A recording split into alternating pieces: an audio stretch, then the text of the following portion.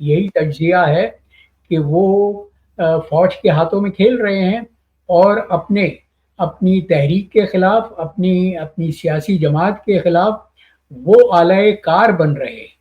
اور اس سے اندازہ لگایا جا سکتا ہے کہ انہوں نے 3 گھنٹے کی ملاقات کے بعد کیوں اپنے آپ کو تنہا کر لیا ہے۔ کہ عمران خان کے متعلق میں یقین سے کہہ سکتا ہوں کہ اس نے گنڈا پور کی بات کو، وہ جو ایلچی بن کے گئے تھے عسکری قیادت کے، کہ ہاں جی، عمران خان نے ان کے مشورے کو قبول نہیں کیا ہوگا، بلکہ الٹی ان کی سرزنش کی ہوگی، جس کی وجہ سے وہ شرمندہ ہو کے یا خفا ہو کے اپنے آپ کو تنہا کرنے پر مجبور ہو گئے ہوں گے۔ اچھا، ایک چیز میں بڑے امپورٹنٹ ٹاپکس ہیں، ان کی طرف جانے سے پہلے ایک جو بڑا ہی کیا کہا جائے، عجیب سا لفظ، کوئی میں گھٹیا کہنا بھی نہیں چاہتا، لیکن واقعتاً یہ گھٹیا حرکت کی ہے بھارت نے۔ آپ نے دیکھا ہوگا کہ پاکستان کو انہوں نے فائنل میں کنونسنگلی ہرایا، اور اس کے ساتھ انہوں نے جب ٹرافی لینی تھی تو انہوں نے ٹرافی نہیں لی۔ ہمارے چیئرمین پی سی بی صاحب سے، جو کہ ایشیا کرکٹ کونسل کے بھی سربراہ ہیں آج کل، تو جو اپنے اختلافات ہیں ان کو انہوں نے اس حد تک بڑھا دیا کہ ٹرافی لینے کے بجائے وہ وہاں پہ کھیلتے رہے، وہاں پہ بیٹھے رہے، اور وہ کھڑے رہے ان کو بلانے کے لیے، اور وہ جناب وہ تشریف نہیں لے کے گئے۔ اچھا، پھر اسے دیکھیے، سب سے بڑی بات یہ ہوئی کہ جو پرائم منسٹر صاحب ہیں ہمارے ہمسایہ ملک کے، مودی صاحب، انہوں نے ٹویٹ کیا کہ جناب یہ تو آپریشن سندور کا ہم نے بدلہ لے لیا۔ جی آپ ذرا اندازہ کیجئے کہ یہ گیم ہو رہی ہے یا کیا ہو رہا ہے جی؟ یہ کیسے کیسے لوگ ہمارے خطے کے اوپر جی جو ہے وہ سوار ہوئے افسانہ ہیں۔ صاحب، یہ جو کرکٹ کا کھیل ہے خاص طور پہ، یہ اسے جینٹل مینس اسپورٹ کہا جاتا تھا، ایبسلیوٹلی۔ یہ شرفا کا کھیل تھا۔ لیکن یہ بنیوں کے ہاتھوں میں جس دن سے پڑا ہے، انہوں نے اسے مال کمانے کا وسیلہ بنا لیا ہے۔ اور یہ جو ہندوستانی کرکٹ ٹیم نے یہ دبئی میں حرکت کی ہے ایشیا کپ میں، دیکھیے یہ کوئی پہلا واقعہ نہیں ہوا، بلکہ پہلے میچ میں پاکستان کو شکست دینے کے بعد انہوں نے پاکستان کے کھلاڑیوں سے ہاتھ ملانے سے انکار کر دیا تھا۔ اور نہ صرف یہ، بلکہ ان کے کپتان نے یہ کہا تھا کہ یہ ہم نے پلوامہ کے جو سانحہ تھا اس کا بدلہ لے لیا ہے۔ اور پھر کل جو مودی صاحب نے حرکت کی ہے کہ انہوں نے آپریشن سندور، یہ بھارت کی فتح کو آپریشن سندور 2 کہا۔ جی ہاں، یعنی وہ جس طرح کا آپریشن انہوں نے پاکستان کے خلاف کرنا چاہا تھا اور جس میں انہیں منہ کی کھانی پڑی تھی، اس فتح کو، بھارت کی اس جیت کو انہوں نے سندور آپریشن 2 کہہ دیا۔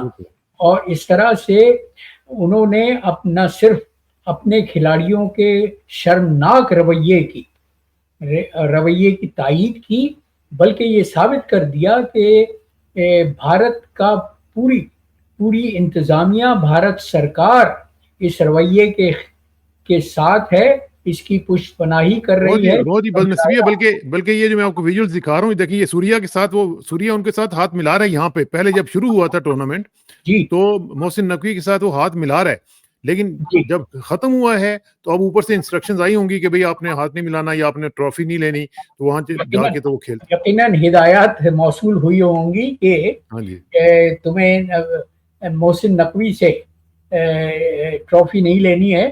اس لیے پہلی بار کرکٹ کی تاریخ میں یہ واقعہ ہوا کہ فاتح ٹیم نے اپنی جیت کی ٹرافی لینے سے انکار کر دیا، بلکہ انہوں نے اصرار کیا کہ کسی اور کو اسٹیج پر لایا جائے تاکہ اس کے ہاتھ سے وہ ٹرافی وصول کر لے۔